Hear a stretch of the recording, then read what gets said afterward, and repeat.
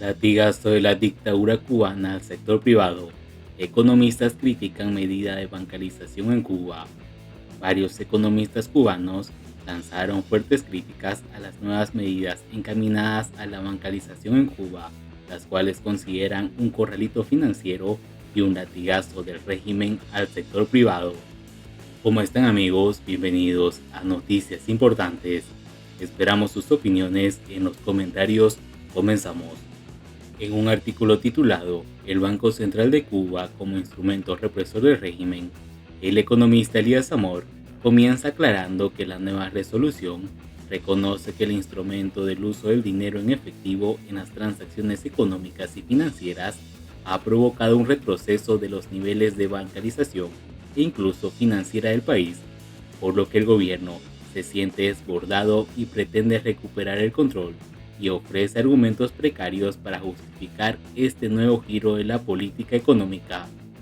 Sin embargo, los sujetos sometidos a la resolución son prácticamente todos los actores económicos, lo cual supone un esfuerzo organizativo para muchos de ellos, especialmente para los privados y de dimensiones más reducidas, que tendrán que optar por mecanismos de defensa que probablemente los arrastren a la actividad informal. Ellos tendrán que adaptarse a la exigencia del régimen, pese a que sus preferencias por los pagos y cobros en efectivo de las operaciones con el banco suelen organizar con las entradas y salidas de efectivo, bien de forma directa y presencial o por medio de un cheque u otro instrumento de pago emitido para ser cobrado en efectivo por su beneficiario.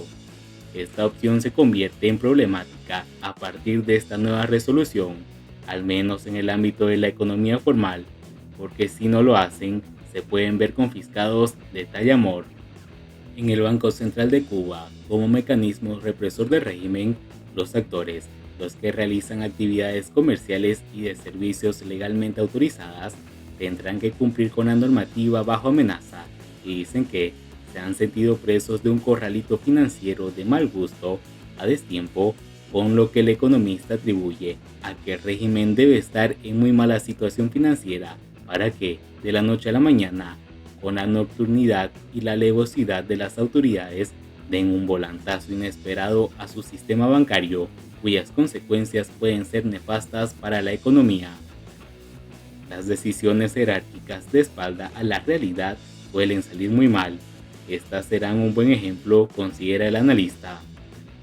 Dice que de este latigazo del régimen al sector privado puede esperarse que muchos actores, sobre todo los más pequeños y de menor capacidad para asumir la exigencia del Banco Central, podrán optar por una actividad informal, concentrando los recursos y las prioridades en dicho sector, en el que es más fácil encontrar lo que se busca y donde incluso se puede generar el mismo nivel de mercado cambiario, un mercado financiero que supla las carencias y las exigencias del sistema estatal.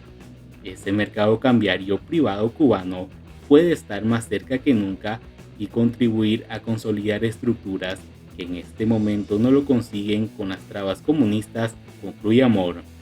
Por su parte, el economista Pedro Monreal calificó la medida de otra espada mágica del régimen. Primero fue la resolución 148-2023 sobre las fichas de costo, y ahora sale esto de la bancarización. Lo que dice Vital, esto realmente no lo es. Vital es la seguridad alimentaria, reducir la pobreza, contener la inflación y subir los salarios y pensiones, enfóquese, aclaró. Asimismo, consideró que el Banco Central muestra lo preocupante del mecanismo de causalidad que establece entre el efectivo e inflación. Esta puede tener varias excusas y el exceso de circulante es una de ellas, afirmó. Explicó que el dinero digital reduce la circulación de efectivo, papel y metal, por lo que reemplaza parcialmente, pero no reduce la liquidez. Lo que pudiera haber ocurrido es que la cantidad de dinero papel circulada por el Banco Central hubiese sido intencionalmente menor que la necesaria. El arquitecto cubano Julio Herrera mostró preocupación por lo que ya evidentemente tenía planificado para la economía en Cuba. Pobre del iluso que pensó que podía tener una MIPYME sin la intervención del régimen cubano controlándole su movimiento de dinero. Esto está pensado para que los únicos que se puedan enriquecer con las aperturas económicas sean ellos. Los demás se verán obligados a cerrar sus MIPYMES y pobre del que pide un préstamo al banco para comenzar su negocio, lo que puso de colateral lo perdió.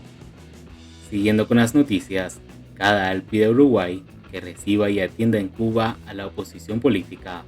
El Centro para la Apertura y Desarrollo de América Latina, CADAL, envió una carta al presidente de Uruguay, Luis Lacalle Pou, solicitando que aplique el principio de reciprocidad con Cuba en las relaciones con la oposición política.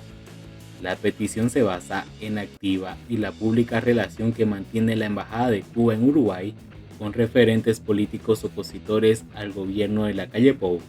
Mediante la carta, el director general de CADAL, Gabriel C. Salvia, instó al presidente uruguayo a que el Ministerio de Relaciones Exteriores instruya al embajador uruguayo en Cuba a mantener contactos regulares con referentes de la oposición política en ese país. Si bien el gobierno de Cuba considera ilegales a sus opositores, no corresponde para CADAL que un país democrático como el Uruguay extienda a sus colegas cubanos la ilegalidad que el régimen del Partido Único les impone, dijo Salvia. La solicitud incluye propuestas como visitas de diplomáticos uruguayos a domicilios o lugares de encuentro de opositores cubanos y reuniones en la sede de la delegación uruguaya en Cuba.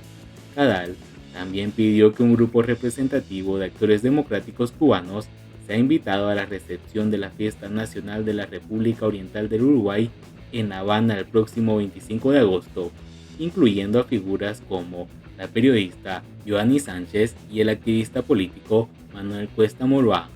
Al mismo tiempo, CADAL presentó como evidencia dos ejemplos recientes de actividades públicas de la Embajada de Cuba en Uruguay con políticos opositores a su gobierno, incluyendo un acto en el 70 aniversario del ataque al cuartel del Moncada y una recepción a la embajadora de Cuba por parte de la presidenta de la Junta Departamental de Montevideo. En consecuencia, CADAL argumentó que el gobierno de Cuba tendrá que aceptar, de acuerdo al principio de reciprocidad, que los diplomáticos de la Embajada de la República Oriental de Uruguay en La Habana mantengan intercambios con referentes de la oposición democrática cubana, señala el comunicado. Esto, aclaró CADAL, se alinea con las prácticas de embajadas de países democráticos de Europa en Cuba, cuyos estándares de institucionalidad democrática se equiparan a los de Uruguay. La solicitud se procede en un momento de tensión política y podrían tener implicaciones significativas en las relaciones bilaterales entre Uruguay y Cuba. La respuesta del gobierno uruguayo y el impacto de la diplomacia regional permanecen bajo escrutinio y podrían marcar un nuevo capítulo en el enfoque de Uruguay hacia las relaciones con la dictadura cubana, sostiene CADAL. Y bien amigos, así vamos terminando las noticias importantes del día de hoy. Por favor, nos ayudarían mucho compartiendo las noticias y así poder informar a muchas más personas de la verdadera realidad en Cuba. Patria y vida mis hermanos, nos vemos en el siguiente informe.